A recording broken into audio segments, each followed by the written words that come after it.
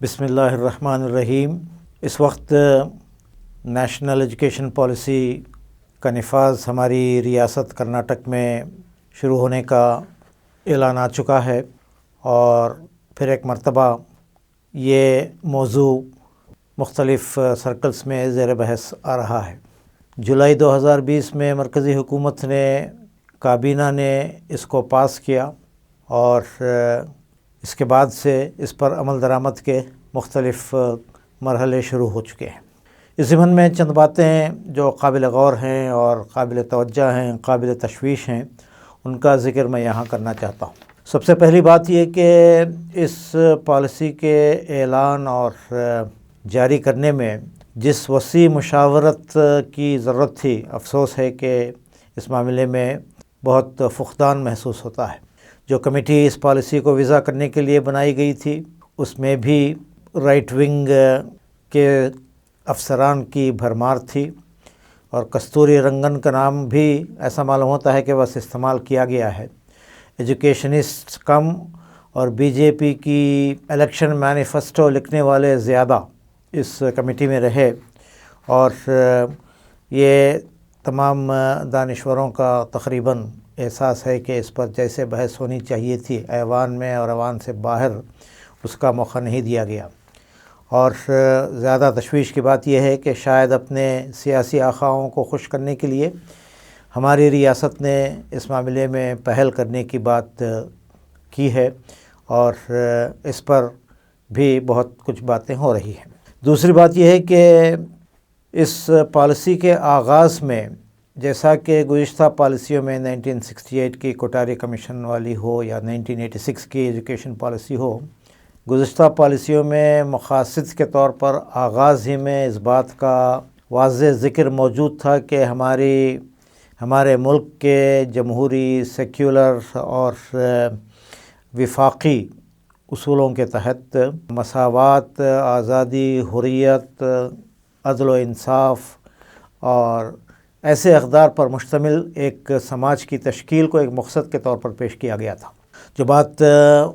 کھٹکتی ہے وہ یہ کہ ان دستوری اقدار کا کہیں پالیسی کے درمیان میں کچھ مختصر ذکر تو ملتا ہے، مگر جو بات آغاز میں اور پھر ابھار کر پیش کی گئی ہے وہ یہ کہ ہمارا اینشینٹ کلچر اور بھارتیتا اور انڈین ایتھوس کو مقاصد کے طور پر بیان کیا گیا ہے، جس سے اندازہ ہوتا ہے کہ یہ پالیسی ایک خاص نقطہ نظر کو پروموٹ کرنے کے لیے زیادہ استعمال کی جائے گی۔ ایک اور پہلو، تیسرا پہلو اس کا یہ ہے کہ ایجوکیشن بیسیکلی اسٹیٹس کا سبجیکٹ ہے، اور کانسٹیٹیوشن میں 42 امینڈمنٹ کے نتیجے میں اس کو کنکرنٹ لسٹ میں لایا گیا، مرکز کا بھی اس میں کسی حد تک دخل تسلیم کیا گیا۔ مگر ہم دیکھتے ہیں کہ جس طرح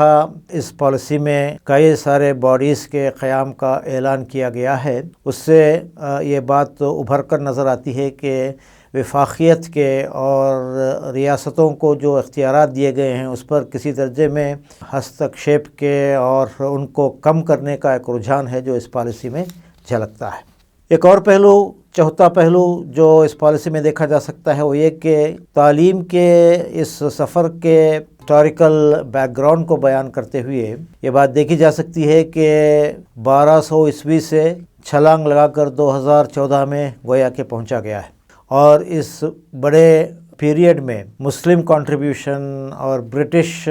دور میں جو کچھ تعلیم کے معاملے میں ہوا، اور آزادی کے بعد مولانا ابوالکلام آزاد جو اس ملک کے پہلے وزیر تعلیم تھے، انہوں نے جو کچھ کام کیا ہے، بلکہ یہاں تک کہ نہرو اور کانگریس کا جو کنٹریبیوشن ہے اس کو انڈرمائن کیا گیا ہے، اس کا اعتراف بھی نہیں کیا گیا ہے، بلکہ سیدھے 2014 اور پھر اس وقت کے حالات کا ذکر ہمیں ملتا ہے۔ تو یہ ایک قسم کی خیانت ہے جو اس تعلیم کے سفر کے ٹریس کرنے میں، اس ٹریجیکٹری کو بیان کرنے میں برتی گئی ہے۔ پانچویں بات جو اس پالیسی میں ہم دیکھ سکتے ہیں وہ یہ کہ سنسکرت اور ہندی کو مشن موڈ پر نافذ کرنے اور رواج دینے کی بات کہی گئی ہے، اور وہیں افسوس کی بات کہ اردو جو ہماری ایک ملک کی اتنی وسیع آبادی کی زبان ہے اس کا کہیں ذکر مشکل سے ملتا ہے۔ اور ایجوکیشن منسٹر نے مرکز کے جو پریس کانفرنس کی تھی اس میں بھی جب پوچھا گیا کہ NCERT کے ذریعے جو کریکولم تیار کیا جائے گا وہ دیگر زبانوں میں اس کا ترجمہ ہوگا تو 8 زبانوں کا ذکر کیا گیا اور اس میں اردو غائب ہے۔ نیز ہم یہ بھی دیکھتے ہیں کہ فارن لینگویجز کے ضمن میں تھائی اور جاپنیز جیسے بہت کم بولی جانے والی زبانوں کا تو ذکر ہے، مگر عربی جیسی زبان جو 20% آف دی ورلڈ پاپولیشن کی زبان ہے، اور دوسری طرف انڈین ڈایاسپورا وہ ہندوستانی جو باہر کے ممالک میں رہتے ہیں ان کی بڑی تعداد، بہت بڑی تعداد خلیج کے ممالک میں رہتی ہے، تو بجا طور پر عربی کو مقام ملنا چاہیے تھا۔ افسوس کی بات ہے کہ وہ چیز بھی یہاں دیکھنے کو نہیں ملتی۔ اسی طرح ہم دیکھتے ہیں کہ ایسا معلوم ہوتا ہے کہ اقلیتوں کو، دلت اور کمزور طبقات کو جو قاطر خواہ توجہ ملنی چاہیے تھی، اور ظاہر بات ہے کہ ملک کی ترقی ہر طبقے کی ترقی سے مترادف ہے، اس طبقے کو، ان طبقات کو SEDG سوشیو اکنامکلی ڈس ایڈوانٹیج گروپ کی ایک نئی اصطلاح تو استعمال کی گئی ہے، مگر ان کے سلسلے میں جو افرمیٹو ایکشن ہونا چاہیے یا بجٹ میں اسپیشل کمپوننٹ کا ذکر ہونا چاہیے اس کا کوئی نشان نہیں ملتا، اور پچھڑے طبقات کہیں اور پیچھے نہ ہو جائیں یہ خدشہ اس پالیسی میں جھلکتا ہے۔ اور ہمارے ملک میں جو اربن اور رورل ڈیوائیڈ ہے، دیہی علاقوں کے بچے جس طرح محروم ہیں، اور خصوصاً اس وقت جو ڈیجیٹل ڈیوائیڈ ہمارے ملک میں شروع ہو گیا ہے اور تیزی سے پروان چڑھ رہا ہے، اور جس کو یہ نئی تعلیمی پالیسی مزید فروغ دینا چاہتی ہے، اس سے ہمارے ملک کے تقریباً نصف آبادی جو انٹرنیٹ کے سہولتوں سے محروم ہے، وہ یہ خلیج اور بڑھنے کی اور یہ ڈیوائیڈ اور زیادہ گہری ہونے کا خدشہ بھی اس پالیسی میں ابھر کر معلوم ہوتا ہے۔ ایک بات یہ بھی کہی گئی ہے کہ اس پالیسی کے تحت کالجز میں تعلیم کے دوران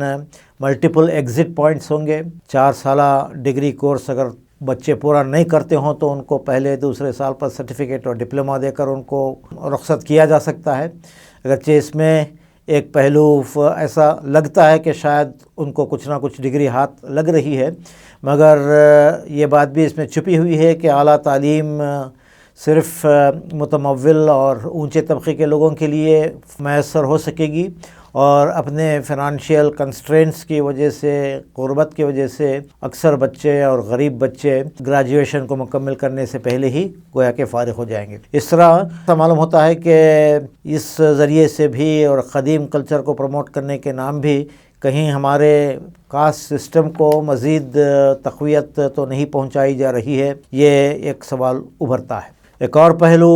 اس پالیسی کا یہ ہے کہ آرٹیکل 30 میں مائنورٹیز کو اپنے انسٹیٹیوشنز قائم کرنے کی خصوصی مراعات دی گئی تھیں، اور بے شمار انسٹیٹیوشنز اس وقت موجود ہیں۔ اس پالیسی میں یہ سراغ نہیں ملتا کہ ان کے ساتھ کیا کیا جائے گا، اور کمزور انسٹیٹیوشنز کو بند کرنے یا ضم کرنے کی بات بھی کہی گئی ہے، تو اس سے ان اقلیتی اداروں کو کیا کچھ نقصان پہنچ سکتا ہے، اس سلسلے میں بھی سوچنے کی ضرورت ہے۔ اس پالیسی کے سلسلے میں 5 C کا ذکر اس کے نقائص کے ضمن میں خاص طور پر سامنے آیا ہے۔ ایک ہے سینٹرلائزیشن، مرکزیت، دوسرا ہے کارپوریٹائزیشن، تیسرا ہے کمرشلائزیشن اور پرائیویٹائزیشن، چوتھا ہے کمیونلائزیشن، اور پانچواں ہے ڈی کنسٹیٹیوشنلائزیشن۔ یہ 5 ایسے پہلو ہیں جس میں یہ پالیسی نمایاں طور پر ناقص معلوم ہوتی ہے۔ بلند دعوے تو اس پالیسی میں بھی کیے گئے ہیں کہ GDP کا 6% استعمال ہوگا، مگر حقیقت یہ ہے کہ اس پارٹی کی حکومت میں 2015 اور 16 کے درمیان GDP کا 0.49% اور 2021 اور 22 کے درمیان 0.42% پر ہی، یعنی بجٹ میں اتنا ہی تعلیم پر مختص کیا گیا ہے۔ اس سے دعووں میں اور حقیقت میں جو فرق ہے اس کو بآسانی دیکھا جا سکتا ہے۔ سوال پیدا ہوتا ہے کہ یہ نیپی نیشنل ایجوکیشن پالیسی ہے یا ناگپور ایجوکیشن پالیسی ہے؟ رائٹ ونگ کا فلسفہ، کلچر اور میتھالوجی کو ایسا اس میں سمایا گیا ہے اور فروغ دیا جا رہا ہے کہ یہ بات بجا طور پر ایک حقیقت یا ایک بہت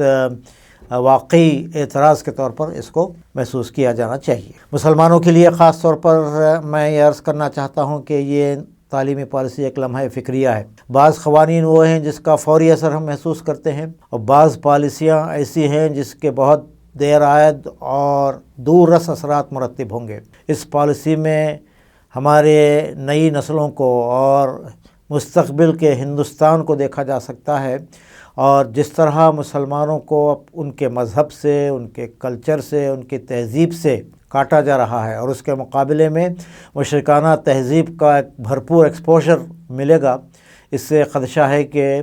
مسلمان اپنے تہذیب و مذہب کے اعتبار سے بہت زیادہ اس پالیسی سے متاثر ہو سکتے ہیں۔ چنانچہ مسلمانوں کو گھر، مسجد، مدرسہ، محلہ اور اسکولز کو منظم انداز سے منصوبہ بند طریقے سے ایکسٹرا کریکولر ایکٹیویٹیز کو ڈیولپ کرنا چاہیے، اور اپنے نونہالوں کو مذہبی تعلیم سے آراستہ کرنا چاہیے، ورنہ ایک بہت بڑا خدشہ ہے،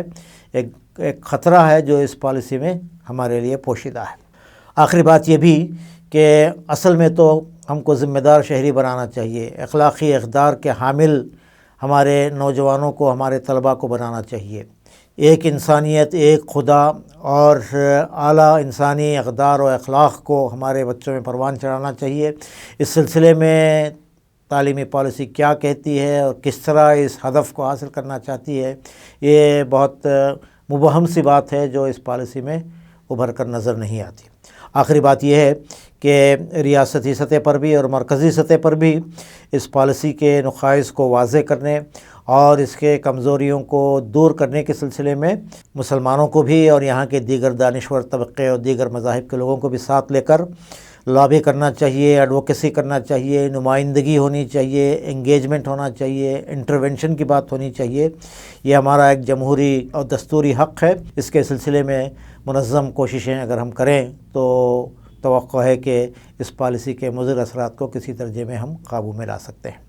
اللہ تعالیٰ اس ملت اور ملک کے مستقبل کو تابناک بنائے اور ہمیں حالات سے باخبر رہنے اور اپنی ذمہ داریوں کو ادا کرنے کی طرف متوجہ ہونے کی توفیق عطا فرمائے۔ وآخر دعوانا ان الحمد للہ رب العالمین۔